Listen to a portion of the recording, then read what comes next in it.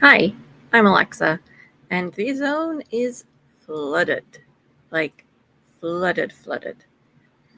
I thought about titling this video something like exhaustion, despondency, stuff like that, fatigue.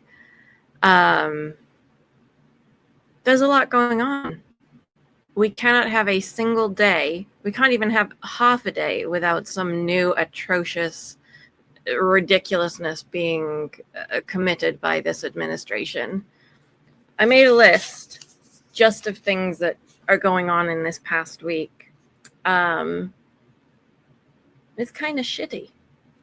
So there's obviously the ongoing gerrymandering in Texas. They literally locked people in the Capitol to force through even more gerrymandered maps than they already have.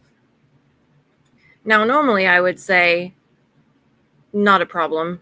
The fact that they literally admitted they're doing it, that they're literally admitting gerrymandering for political gain because the president asked them to do it. Normally I'd be like, oh, no big deal. It'll get shot down in court immediately. And it probably will, at least in one court, one appeals court somewhere. But that getting up to the Supreme Court that is so freaking compromised, so compromised. They said that Biden canceling student debt was overreach, but the absolute dismantling of our government, the withholding of money that has been legally assigned by Congress to pay certain things, basically everything, that's totally fine because that came out. All of these rulings that, oh yeah, they can totally withhold $800 million from, I think it's the National Institute of Health and grants they give out. No, they can't, and this SCOTUS knows it. So this SCOTUS, with decision after decision after decision, especially driven by our absolute least favorite decision ever, Citizens United, my personal least favorite, is they'll take this and they'll destroy the Voting Rights Act if it gets to them, and it'll get to them. 100% it'll get to them. The militarization of DC, illegal militarization of DC. There are so many red state cities that have much worse crime rates than Washington, D.C. Speaker of the House, Mike Johnson, one of his cities in his district is something like 6 times worse. But you don't see them being militarized down there, do you? If it was about crime, they'd be going to the worst cities, not the political opponent cities. It's utter bull. It's utter bull. And the fact that there is not even worse outcry is disgusting to me. It's absolutely disgraceful that there are people who are still sitting on the sidelines. Then there's the whole release the list. For years, they've been banging on and on about this pedophile list. One of them, suspiciously, missing a few minutes of the film from the cell door, died. You know. And the other co-conspirator has now had something like an 8-hour conversation with this president's personal freaking lawyer, who has been shoved into a role at the DOJ. I think it's the DOJ. And now suddenly, despite the fact that that co-conspirator convicted pedophile, right? Despite the fact that that person has been convicted of perjury under oath multiple times, we're now meant to believe that they're saying that, oh, the president has never done a single thing wrong in his damn life. I've never seen him ever do anything inappropriate. We've all seen him do inappropriate things. Every last one of us has eyes in our head who has seen him do inappropriate things. Everywhere. And he admits he does inappropriate things like walking into the frickin' pageant, the Miss USA pageant, backstage where they're getting changed. And he's like, I can go in there when they're changing. Are you kidding me? No, he's in there. There's no list. There is, in court cases, the Department of Justice has filed a literal list of evidence that includes DVDs of young person's name plus another name. Literally, it's in evidence. It's in the court logs. Where's that list of those CDs? Not the victims, not the young person, the other person on those tapes.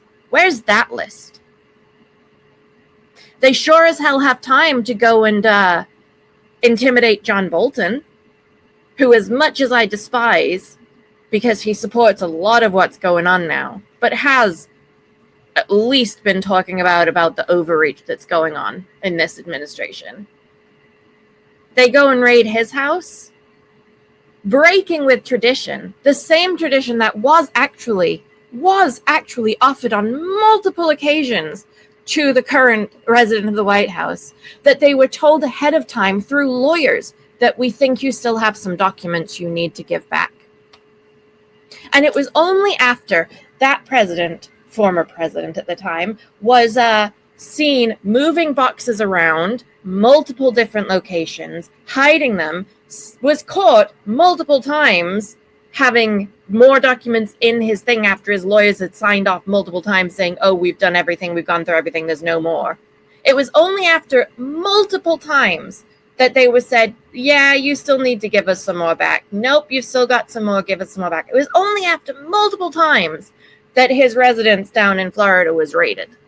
But John Bolton, they had full frickin' SWAT teams with no warning whatsoever. It's an intimidation tactic. It's an intimidation tactic. It's disgusting. All of these people that for decades have been talking about how the Democrats are going to militarize everything and they're so big state, overreach, big government, blah, blah, blah. Second Amendment, if they come for me, I've got my guns. None of you are standing up. Not a single one of you is standing up against this absolute insanity that is going on that you have said you don't like. You think they're not going to come for you? They'll come for you eventually. Going for John Bolton, going for Steve Bannon, going for all those people that have literally helped get this person where he is now. And they turn on them. They'll come for you too.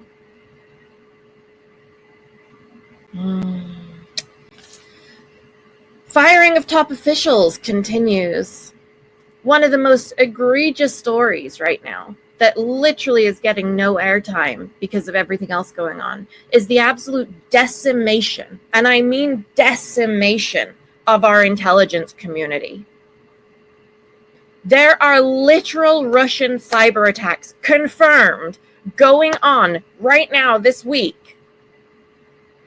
And Kash Patel taking FBI offices off of that counter cyber intelligence units and forcing them to go play human trafficker. Because when you arrest people with no warrant, no due process, no actual cause, that's not a legal arrest. And if it's not a legal valid arrest, it's kidnapping and human trafficking. And that's what he's doing. They're doing it at all of the agencies. They're forcing people on all of these super important counter-terrorism, counter-cybercrime, counter child trafficking and sex crimes units. They're taking them all off of those different departments. And if they're not firing half of them, they're forcing them to go and play immigration. The reopening, this one is absolutely disgusting. Did we really not learn anything from the past? They are reopening the site of at least one internment camp that was used to hold Japanese Americans during World War II. Literally reopening a freaking internment camp. One that our government has admitted multiple times over the years was a terrible thing that we ever had in the first place. And it's not necessarily going to be Japanese people put in there this time, but it's someone who's different, right? What the hell is wrong with different? If we didn't have different, we would literally all be forced to have the exact same thing every day. Everything we wear would have to be the same. The clothes, the cars we drive, the food we eat, there would be nothing. It would be monotony. It would be gray. It would be drab and horrible. Difference is good. Let's talk about waste, fraud, and abuse. Let's talk about waste, fraud, and abuse right now. Doge spent more freaking money than they saved. And it's coming out that they didn't even save as much as they said they did. And let's talk about what they claim to be savings, okay? If you are 3/4 of the way through building a house and you just stop and you don't build the rest of it, you have not saved yourself 25% of the cost. You have wasted 75% of the cost because you will not sell that unfinished project for what you've paid for it so far. And the reason that's not going to happen is because someone who's coming in has to pay you for the project and then pay for the 25% more. But because it's been a few years, they're going to have to fix some stuff and cost of everything else has gone up. So now that 25% is even more than that. If you had just finished the project, built the house, then you could sell it and recoup your money. But Doge, they thought 3/4 of the way was fine. And oh, look, we've saved 25%. Meanwhile, we've spent God knows how much on the destruction of the Rose Garden. God knows how much on the absolute insane tackiness that is spray painting gold all over the frickin' White House. They want to spend $200 million on a frickin' ballroom. People can't afford groceries. And this is the crap they're wasting money on? They're cutting frickin' school lunches for children and wasting this money on that crap. They're stopping so many projects.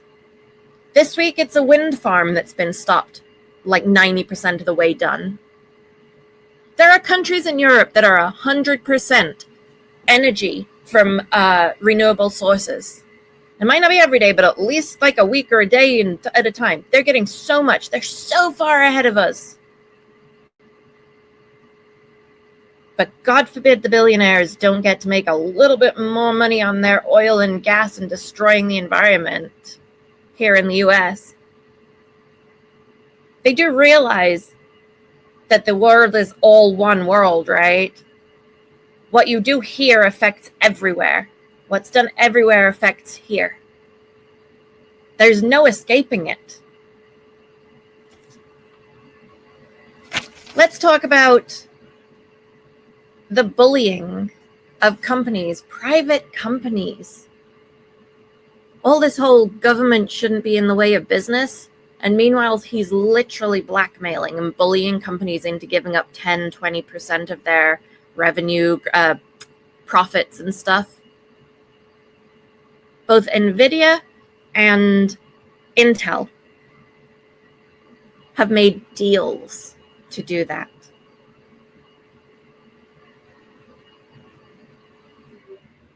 Now, this is not my area of expertise, but I was reading something real interesting this morning. It is a very, very slippery slope when government owns companies while also setting the rules for that, not just those companies, but their competitors as well. It's a very, very slippery slope into complete government ownership of private business. Or, for those people who love the buzzwords, what communist China is doing and does. Now, it doesn't sound like we're there yet. And there are instances where the government does need to step in and help. The one that I was reading about this morning was when they helped bail out, I think it was General Motors in around 2009. There was no other player that had the ability to come in and help. But that deal had a time limit, okay? That deal had a time limit that General Motors was to pay back every single penny plus interest that the government used to help save them. There was a time limit. They did it before the time limit expired. They paid back everything. And then the government stepped out and no longer had a say in the control. From what I'm reading, there's nothing like that in these deals. Nothing.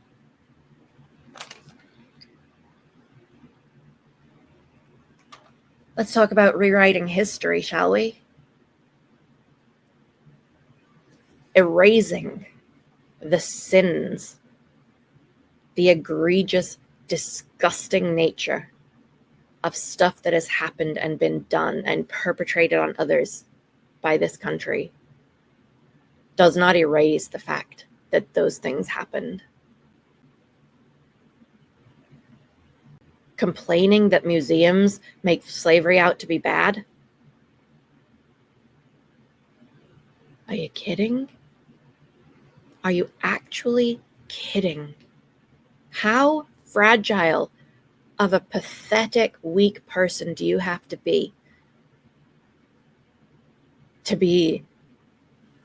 like attacked that in the past people did slavery and it was bad?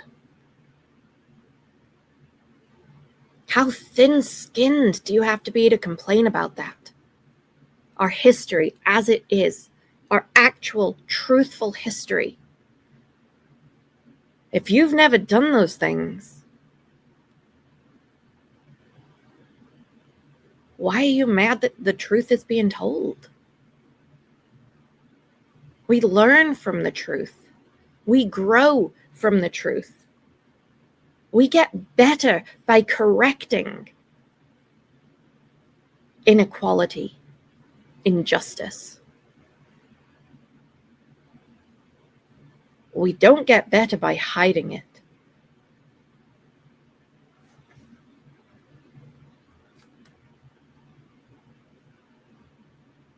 The show in Alaska last Friday, a red frickin' carpet for what is arguably this country's #1 enemy.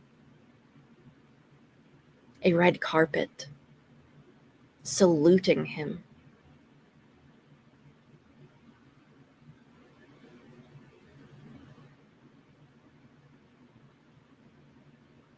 Could you imagine, just for a second, imagine if Obama had invited, I don't know, Saddam Hussein or the leader of Al-Qaeda and given them a red carpet? I would be as disgusted by that as I am by that show in Alaska. And here's what people don't understand. I do not care what political party you affiliate yourself with. I don't care. It's a label and it's stupid. I care about truth. I care about justice. I care about kindness. I care about treating each other with respect. There is none of that in this administration. None of it. So the zone is definitely flooded, and there's more stuff to talk about, 100%. My list is so incomplete, it's pathetic.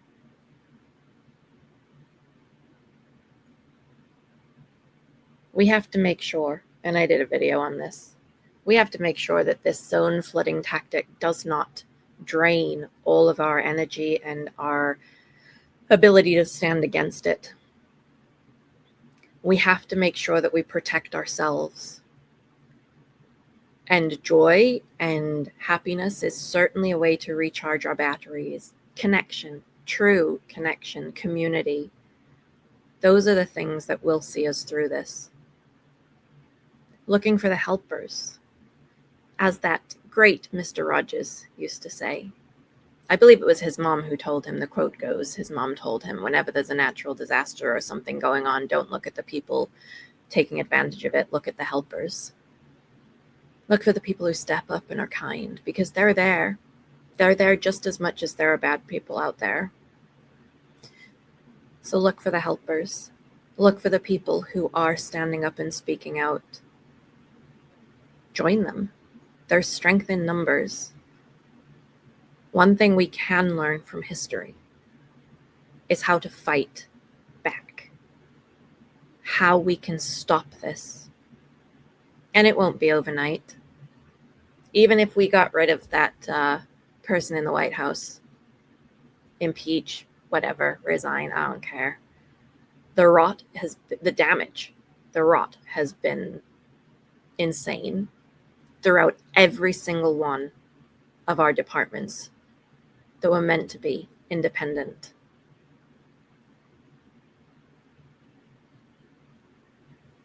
It'll take a long time to clean this up. And it's not going to be easy.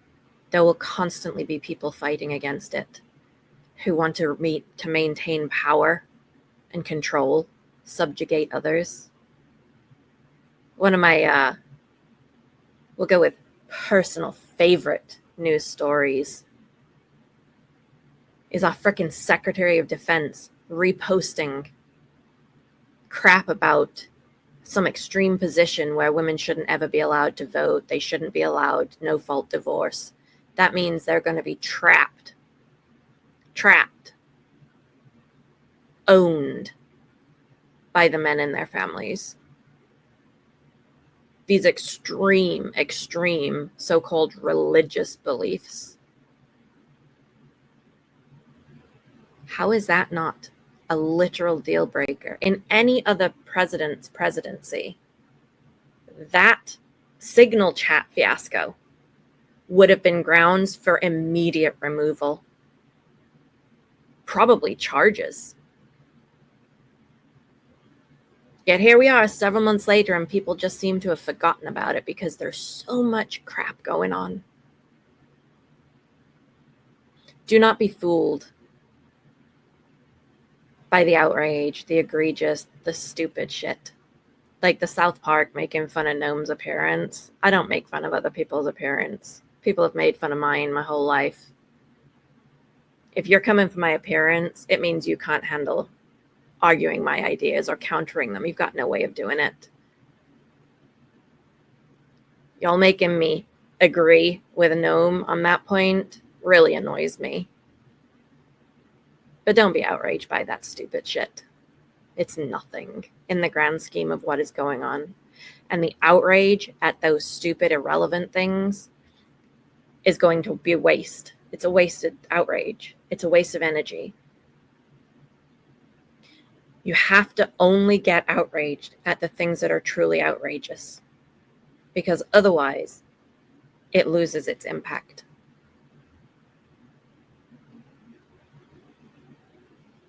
There are some amazing people out there. I've spoken about Mayor Buttigieg before. He's incredibly intelligent, incredibly eloquent. He goes into rooms full of people who are genuinely against him, and he's able to get through to them. It's incredible. I've recently become aware of Monty Mader. Oh, Lord, I didn't turn off this. She is, I believe, the granddaughter of Rep. Nader, a former senator or congressman. One of the Western Montana, Idaho, one of those states, I think, Salt Lake, Utah, maybe. She is so knowledgeable about the Bible, and she will take down every biblical excuse for infringing on other people's rights. And it's so inspiring to see people who have a knowledge and using it in the right way for justice and kindness. And, you know, don't justify bad stuff. Don't justify bad stuff with religion, right? Like, there's a few others. And sometimes we just need some time off. Just to ourselves, regroup, be in nature. And sometimes we need scream therapy. Just let out a scream. Whatever you need to keep yourself going, to keep yourself from being consumed by the fatigue and the despondency. That's what we all have to do. If you made it this far, that's the point. It's worth fighting. It is exhausting. It is frustrating. It is worth it. Be kind to yourself.